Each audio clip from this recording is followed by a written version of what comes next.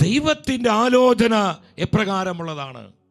33-ാം സങ്കീർത്തനം 11-ാം വചനത്തിൽ പരിശുദ്ധ വചനം പറയുന്നു, കർത്താവിൻ്റെ പദ്ധതികൾ, കർത്താവിൻ്റെ സ്വപ്നങ്ങൾ, കർത്താവിൻ്റെ ആലോചനകൾ ശാശ്വതമാണ്, ശാശ്വതമാണ്. ശ്രദ്ധിക്കണമേ, കർത്താവിൻ്റെ ആലോചനകൾ ശാശ്വതമാണ്, അത് നിലനിൽക്കുന്നതാണ്, നമുക്ക് അനുഗ്രഹമാണ്, നമുക്കത് അഭിഷേകമാണ്, നമുക്ക് സംരക്ഷണമാണ്. സഹോദരങ്ങളെ, ഈ ആലോചനയാണ് നമ്മൾ നിരന്തരം തേടേണ്ടത്. വീണ്ടും 16-ാം സങ്കീർത്തനം 7-ാം വചനത്തിൽ ആത്മാവ് നമ്മൾ അറിയിക്കുകയാണ്, എനിക്ക് ഉപദേശം നൽകുന്ന, എനിക്ക് ആലോചന നൽകുന്ന കർത്താവിനെ ഞാൻ വാഴ്ത്തുന്നു. രാത്രിയിലും എൻ്റെ അന്തരംഗത്തിൽ പ്രബോധനം നിറയുന്നു, പ്രബോധനം നിറയുന്നു. എനിക്ക് ആലോചന നൽകുന്ന, അപ്പം നമുക്ക് ആവശ്യമായ ആലോചനകൾ നൽകുവാൻ ശക്തനാണ് നമ്മുടെ കർത്താവ്. വിശ്വസിക്കുന്ന ഉച്ചത്തിൽ ഒരു ഹല്ലേലൂയ പറയേ, ഹല്ലേലൂയ, ഹല്ലേലൂയ. നമ്മുടെ ജീവിതത്തിന്റെ ഏത് സാഹചര്യത്തിലും നമുക്ക് ആലോചനകൾ നൽകി നമ്മെ നയിക്കുവാനും പരിപാലിക്കുവാനും സംരക്ഷിക്കുവാനും വളർത്തുവാനും, നമ്മുടെ കുഞ്ഞുങ്ങളിൽ, നമ്മുടെ കുടുംബങ്ങളിൽ, നമ്മുടെ ബന്ധങ്ങളിൽ, നമ്മുടെ സമൂഹത്തോടുള്ള ബന്ധത്തിൽ, നമ്മുടെ സഭയോടുള്ള ബന്ധത്തിൽ എല്ലാം നമുക്ക് ആവശ്യമായ ആലോചനകൾ തന്ന് കൃത്യതയോടെ നയിക്കുവാൻ വിശ്വസ്തനാണ് നമ്മുടെ കർത്താവ്. ആലോചനയുടെ ആത്മാവിൻ്റെ ആവശ്യകത ഈ നാളുകളിൽ നമ്മളത് അറിയണം സഹോദരങ്ങളെ. എന്തിനാണ് ആത്മാവ് ഈ സന്ദേശം നമുക്ക് നൽകുന്നത്?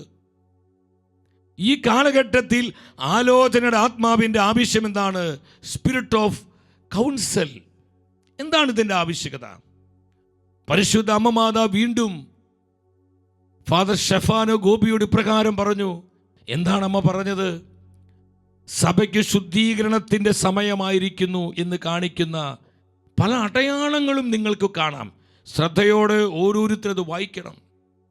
ഇവയിൽ ഒന്നാമത്തേത് സഭയിൽ നിലനിൽക്കുന്ന ആശയക്കുഴപ്പമാണ്.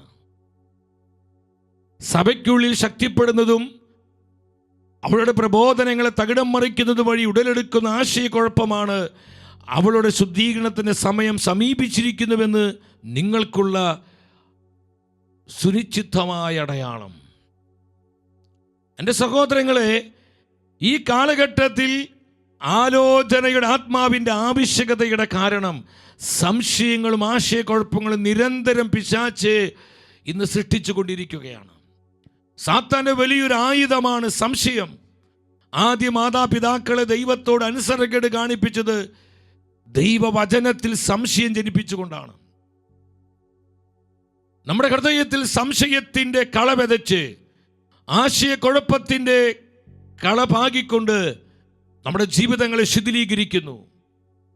വളരെ തന്ത്രപരമായി പിശാച് പ്രവർത്തിക്കുകയാണ്. സാത്താൻ്റെ ഈ ചതികളെ തിരിച്ചറിയാൻ സംശയത്തിൽ പെട്ടുപോകാതെ എൻ്റെ സഹോദരങ്ങളെ, നമ്മുടെ ജീവിതങ്ങൾ ദിനം പ്രതി ദൈവകൃപയിലും ദൈവസ്നേഹത്തിലും വളരണമെങ്കിൽ ആലോചനയുടെ ആത്മാവ് ഈ നാളുകളിൽ നമ്മെ നയിക്കണം. എത്ര കൃത്യമായിട്ടാണ് ദൈവത്തിൻ്റെ വചനം അത് പഠിപ്പിക്കുന്നത്. നാം തിരുവചനത്തിലോട്ട് വരുമ്പോൾ കാണുവാനായിട്ട് കഴിയും. മത്തായിയുടെ സുവിശേഷം 4-ാം അധ്യായം 3-ാം വചനത്തിൽ നമ്മുടെ കർത്താവിൻ്റെ അരികിലേക്ക് പ്രലോഭകനായ പിശാച് കടന്നു ചെന്ന് എന്താ പറഞ്ഞത്? നീ ദൈവപുത്രനാണെങ്കിൽ ഈ കല്ലുകൾ അപ്പമാകാൻ പറയുക. നിങ്ങൾ ആ വചനം ശ്രദ്ധിച്ച്, ഈ കല്ലുകൾ അപ്പമാകാൻ പറയുക.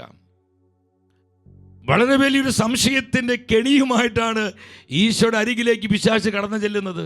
നീ ദൈവത്തിൻ്റെ പുത്രനാണെങ്കിൽ നീ എന്തിനിങ്ങനെ വിശന്നിരിക്കുന്നത്? നീ എന്തിനിങ്ങനെ തളർന്നിരിക്കുന്നത്?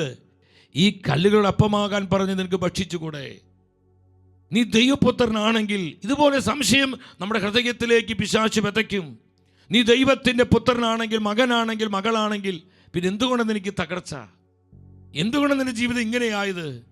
നീ എന്തുകൊണ്ട് അനുഗ്രഹിക്കപ്പെടാത്തത്? നിന്റെ കുടുംബം എന്തുകൊണ്ട് തകർന്നത്? നിന്റെ മക്കൾ ഈ സ്ഥിതിയിലായത് എന്തുകൊണ്ടാണ്? ദൈവം നിന്നെ സ്നേഹിക്കുന്നുണ്ടെങ്കിൽ, ദൈവം നിന്നെ കരുതുന്നവനാണെങ്കിൽ പിന്നെ എന്തുകൊണ്ട് നിനക്ക് ഈ പരാജയമുണ്ടായി?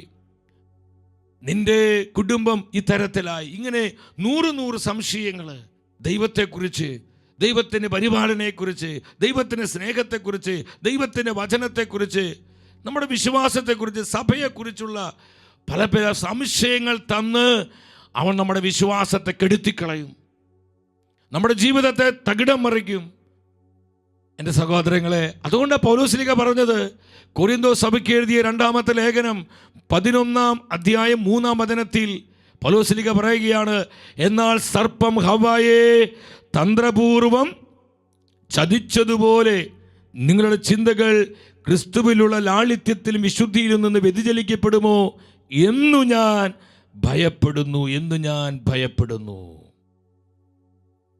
സർപ്പം ഹവ്വായെ തന്ത്രപൂർവ്വം ചതിച്ചതുപോലെ നിങ്ങളുടെ ചിന്തകൾ ക്രിസ്തുവിനോടുള്ള ലാളിത്യത്തിൽ നിന്ന്, സമർപ്പണത്തിൽ നിന്ന്, സ്നേഹത്തിൽ നിന്ന്, വിശ്വാസത്തിൽ നിന്ന് നിങ്ങൾ വഴിമാറി പോകുമോ എന്ന് ഞാൻ ഭയപ്പെടുന്നുവെന്ന് പൗലോസ്ലീഹ കൊരിന്തോസിലെ വിശ്വാസികളെ പഠിപ്പിക്കുകയാണ്. സഹോദരങ്ങളെ, തന്ത്രപൂർവ്വം ശ്രദ്ധിക്കും അവൻ. അതുകൊണ്ട് തന്നെ ഏത് കാര്യത്തിൽ നിങ്ങൾ ശ്രദ്ധിക്കണമേ, എല്ലാ കാര്യങ്ങളിലും നമ്മൾ ആത്മാവിനോട് ആലോചന ചോദിക്കണം. ആലോചന ചോദിക്കാതെ എൻ്റെ സഹോദരി സഹോദരങ്ങളെ നമ്മളൊന്നും ചെയ്യരുത്. നമ്മുടെ ജീവിതത്തിൻ്റെ ഒരു ശക്തമായ തീരുമാനമായിരിക്കണം ഇത്. ദൈവം പറയാതെ, ആത്മാവിൽ നിന്ന് ആലോചന കിട്ടാതെ, കർത്താവിൽ നിന്ന് ആലോചന സ്വീകരിക്കാതെ നമ്മളൊന്നും ചെയ്യരുത്. നമ്മൾ അങ്ങനെ ചെയ്യുന്ന ഓരോ പ്രവൃത്തിയും ഇന്നല്ലെങ്കിൽ നാളെ നമുക്ക് നാശവും കെണിയും തകർച്ചയുമായിരിക്കും. നമുക്കതിൽ സംശയം വേണ്ട പ്രിയപ്പെട്ട, ഒരു സംശയം വേണ്ട. യെശയ്യാ പ്രവചനം 31-ാം അധ്യായം 1-ാം വചനത്തിൽ ഇതിനോടുള്ള ബന്ധത്തിൽ ആത്മാവ് പറയുന്നുണ്ട്, കർത്താവിനോട് ആലോചന ചോദിക്കുകയോ ഇസ്രായേലിന്റെ പരിശുദ്ധനിലേക്ക് ദൃഷ്ടി ഉയർത്തുകയോ ചെയ്യാതെ സഹായം തേടി ഈജിപ്തിലേക്ക് പോവുകയും കുതിരയിൽ ആശ്രയിക്കുകയും രഥങ്ങളുടെ എണ്ണത്തിലും കുതിരപ്പടയാളികളുടെ കരുത്തിലും വിശ്വാസം അർപ്പിക്കുകയും ചെയ്യുന്നവർക്ക് ദുരിതം. എൻ്റെ സഹോദരങ്ങളെ, എത്ര ശക്തമായ വചനമാണിത്. കർത്താവിനോട് ആലോചന ചോദിക്കാതെ, നിങ്ങൾ ശ്രദ്ധിച്ച വചനം, കർത്താവിനോട് ആലോചന ചോദിക്കുകയോ ഇസ്രായേലിന്റെ പരിശുദ്ധനിലേക്ക് ദൃഷ്ടി ഉയർത്തുകയോ ചെയ്യാതെ നമ്മൾ സ്വന്തം ബുദ്ധിയിൽ ആശ്രയിച്ച് മാനുഷികമായ സംവിധാനങ്ങളിലും കഴിവുകളിലും ആശ്രയം വെച്ച് നമ്മൾ ഓരോ കാര്യം പ്രവർത്തിക്കുമ്പോൾ അത് നാശമായിട്ട് മാറും. പലരും വന്ന് ഈ നാളുകളിൽ വേദനയോട് കൂടി പറയാറുണ്ട്, സഹോദര, ദൈവത്തോട് ആലോചന ചോദിച്ചില്ല, ഞങ്ങൾ തകർച്ചയിലായി.